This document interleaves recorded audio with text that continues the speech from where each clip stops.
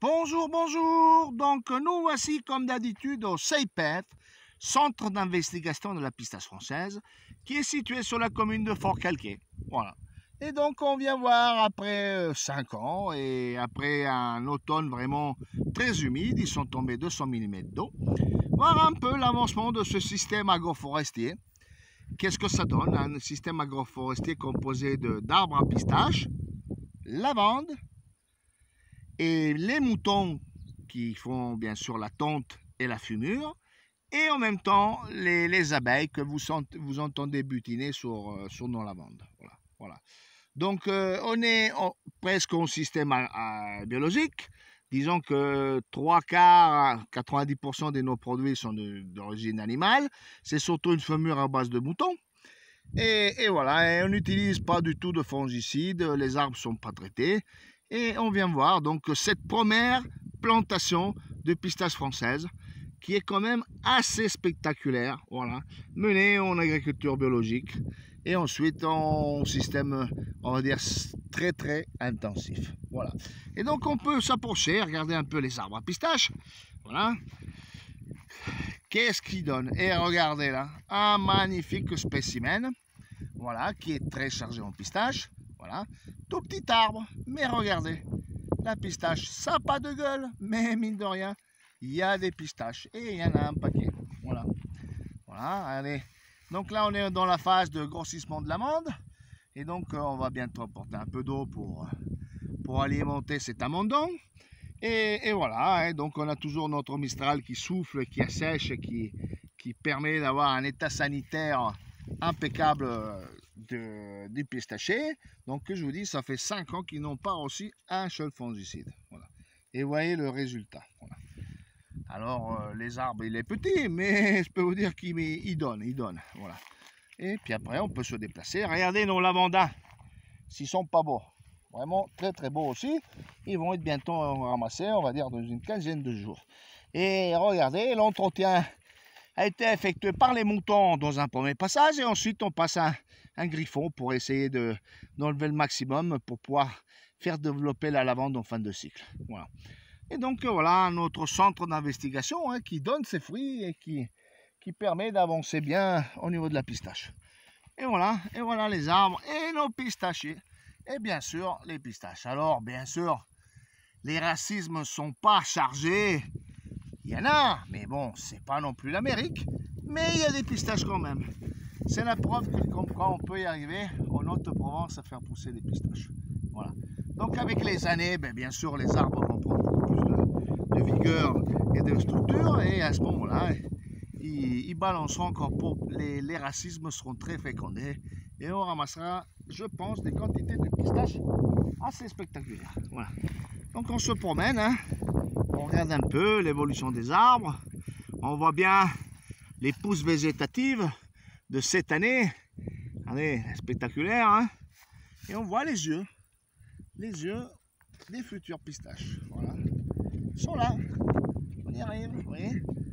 C'est cette année, mais aussi pour l'année prochaine. Voilà.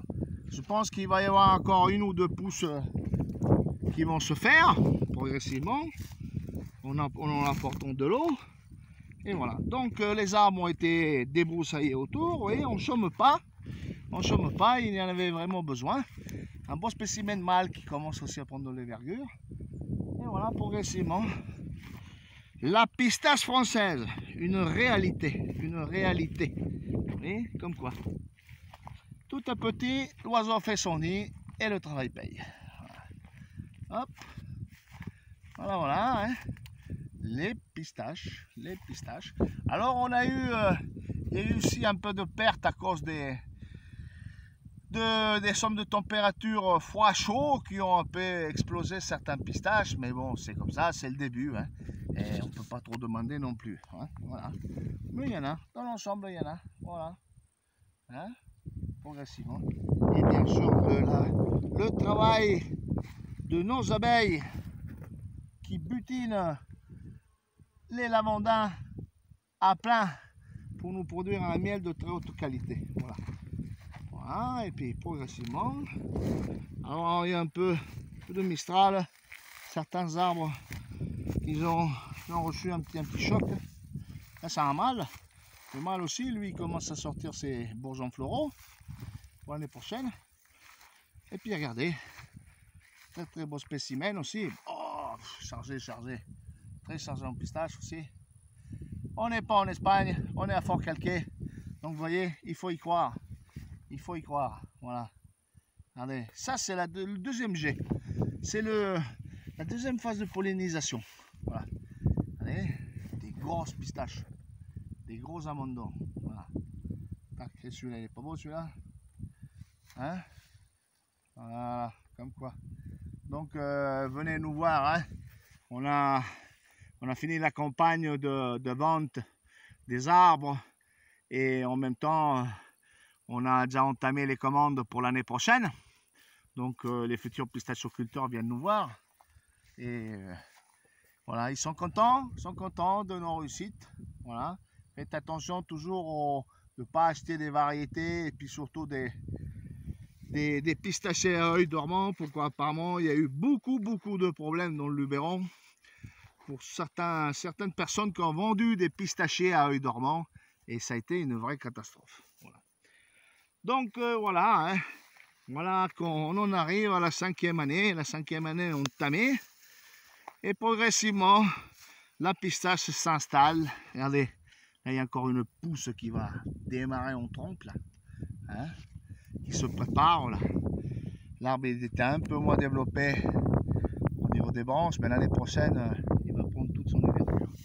Voilà, donc comme d'habitude en direct de Forcalquier, terre de pistaches et de pistachiers, comme je vous l'ai toujours dit, même s'il y avait peu de monde qui y croyait, mais on y est arrivé. Voilà.